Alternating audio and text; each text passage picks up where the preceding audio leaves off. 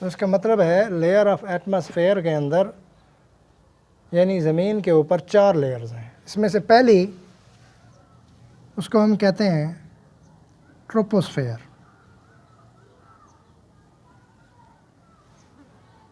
दूसरी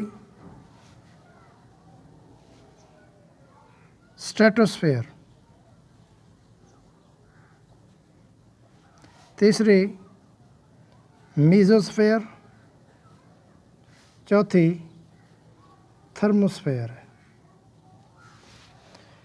यो समझे ये आपकी अर्थ है और उससे ऊपर 4 लेयर्स मौजूद हैं, tropo, strato, meso, thermosphere. Troposphere का ज़मीन से जो फासला है ऊपर वो है 0 से 12 किलोमीटर तक।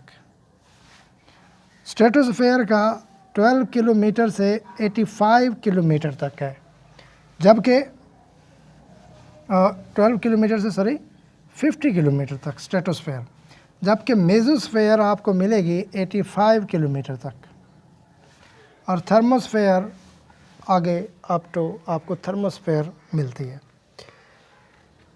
तो ट्रोपोस्फेयर जो कि 0 से 12 किलोमीटर तक है, इसमें जो टेम्परेचर होता है वो आपको मिलेगा 0 से -58 डिग्री सेंटीग्रेड। 17 से, 0 से नहीं होगा, 17 डिग्री सेंटीग्रेड से -58 डिग्री सेंटीग्रेड तक आपको जो टेम्परेचर मिलेगा वो ट्रोपोस्फेयर के अंदर मिलेगा। उसके बाद आप देखें कि -58 से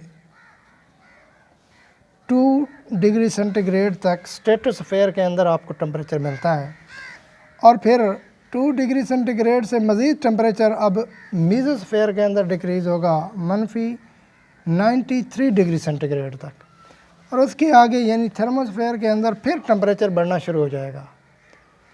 ये ट्रोपोस्फेयर यानी 17 डिग्री सेंटीग्रेड से आपको -58 डिग्री सेंटीग्रेड तक टेम्परेचर मिलता है।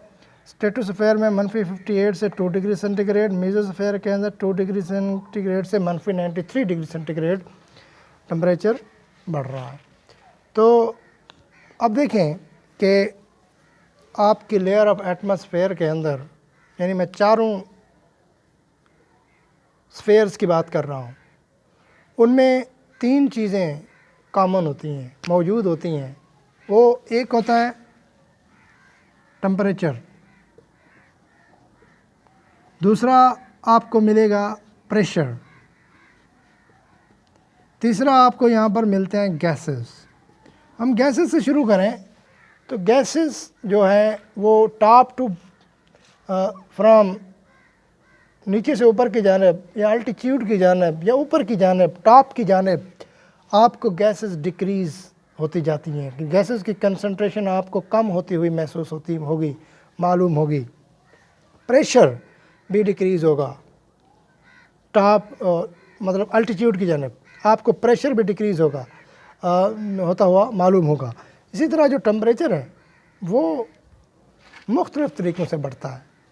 किसी जगह पे आपको बढ़ता हुआ महसूस मालूम होता है और कहीं पे आपको ये कम होता। अब यहाँ पर आप देखें टेम्परेचर को, ट्रोपोस्फेयर के अंदर तो ये कम हो रहा था -58 डिग्री सेंटीग्रेड तक, फिर टॉप स्ट्रेटोस्फेयर के अंदर ये बढ़ रहा है, फिर डिक्रीज़ हो रहा है, फिर बढ़ रहा है। यानी ये बात तदरीज ना तो बढ़ता है ना ही कम होता है, लेकिन प्रेशर ऊपर की जानिब आपको कम होता हुआ मालूम होता है, मेजर करते हैं तो कम होता है प्रेशर।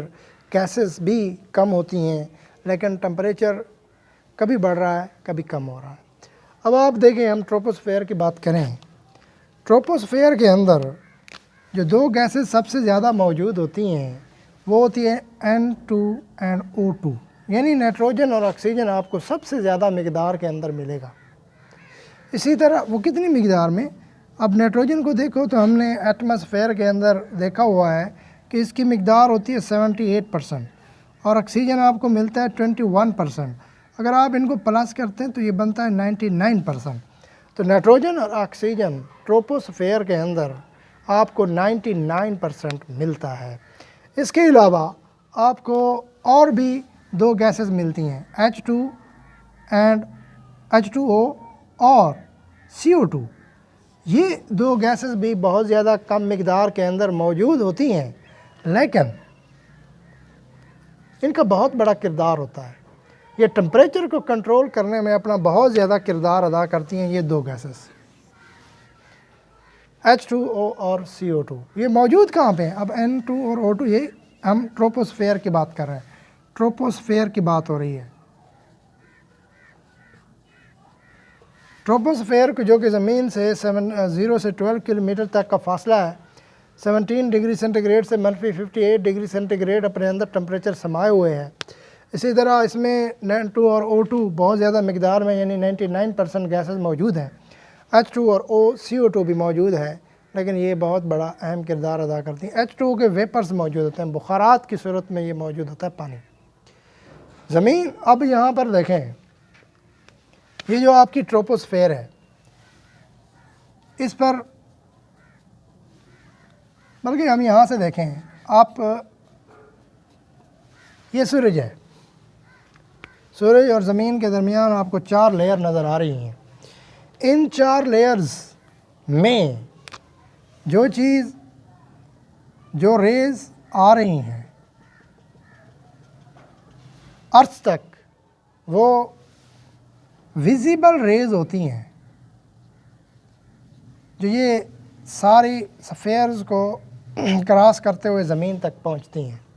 इसके अलावा हीट रेज़ भी,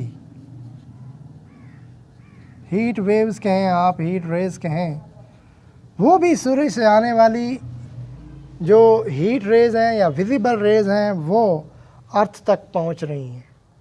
यानी यहाँ पर ट्रोपोस्फेयर के अंदर जो आपको H2 और CO2 मौजूद है, वो इन विजिबल और हीट रेज़ को गुज़रने दे रही है।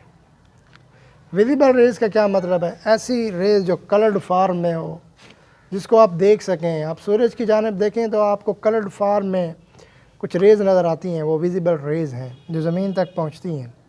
हीट रेज़ हैं, वो भी ज़मीन तक पहुँचती हैं, H2O CO2 इनको आने देता है।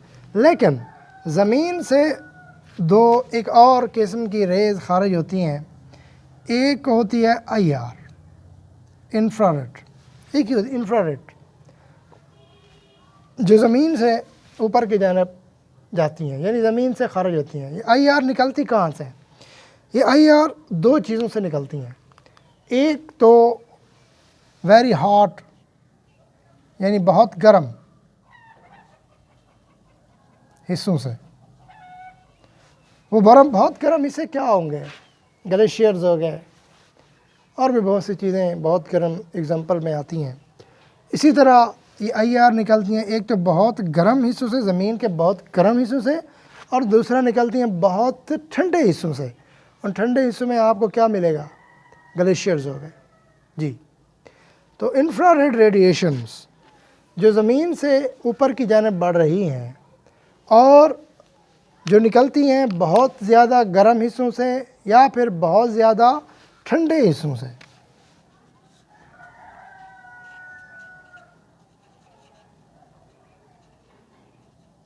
कूल्ड पार्ट से निकलती हैं। तो जब ये ऊपर की जानिब जाती हैं, ऊपर आपको मौजूद पता है H2 और CO2 मौजूद है ट्रोपोस्फेयर के अंदर, तो ये इन रेज़ को जज़्ब कर लेती हैं, यानी इंफ्रारेड रेडिएशन को ये जज़्ब कर लेती है। दूसरा, ये रेडिएशन जज़्ब करती हैं हीट रेज़। हीट रेज़ भी ज़मीन से जब ऊपर की जानिब जाती हैं तो उनको भी एब्ज़ॉर्ब करती हैं, यानी दो किस्म की रेज़ को ये जज़्ब कर रही है, एक तो IR, दूसरा हीट रेज़। तो आपके सिलेबस में चूँकि IR रेज़ के मुतालिक है, तो आप IR रेज़ को समझें, तो इनको ये जज़्ब कर लेती है और जिससे हमारा टेम्परेचर बढ़ता है। ये IR इंफ्रारेड रेडिएशन नज़र आती हैं, आम आँख से आप इनको नहीं देख सकते, इसके लिए आपको ख़ुसूसी कैमरास की ज़रूरत है।